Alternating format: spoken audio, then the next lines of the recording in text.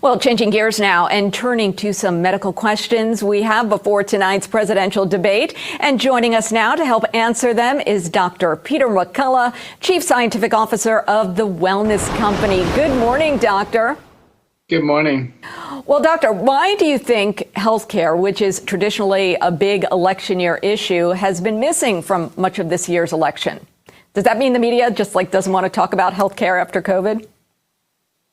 Yeah, well, a sore spot for both administrations, Republican and Democratic, has been the COVID-19 pandemic response.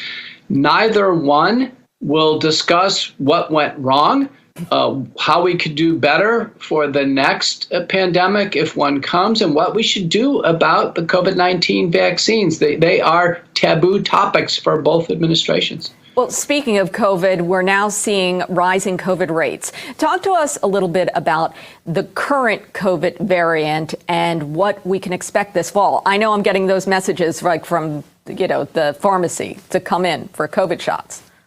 Right. So we're continuing in what's called the JN1 lineage of Omicron. It's divided now into KP2, KP3. Those are the dominant variants. It's a mild syndrome. Most people are on their second, third, or fourth episodes of COVID. It progressively gets milder.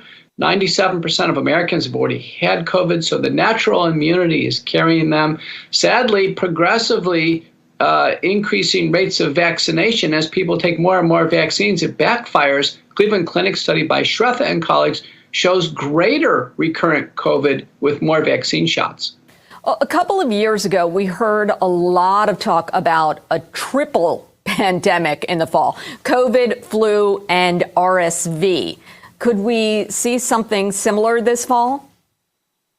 I don't think so. The influenza strains have been mild in the last few years. A paper by Frutos and colleagues at the CDC, MMWR, across 4 influenza networks showed that the influenza vaccine sadly has protection rates way below 50% theoretically.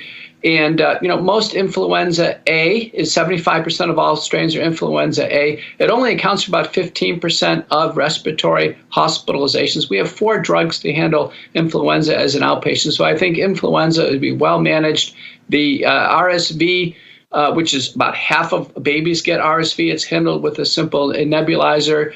And then lastly, COVID-19, we have very good multi-drug protocols for those who have more severe symptoms. So I think it's really about treatment and management at home. I don't expect a major issue with respect to hospitalizations. And we want to talk about some of those treatments. We continue to hear about the health impacts from the spike protein, which you talk so much about. Talk to us about those impacts and what people can do to protect themselves from spike proteins. Maybe you can explain that for us. A paper by Kaufman and colleagues has shown that, after 2021, 2/3 of everybody unvaccinated already had COVID. And then, of course, we add the vaccine on top. That means basically everybody's been exposed to the spike protein. Whether you've had the infection, you get a low-level exposure to spike protein. It gets in the human body.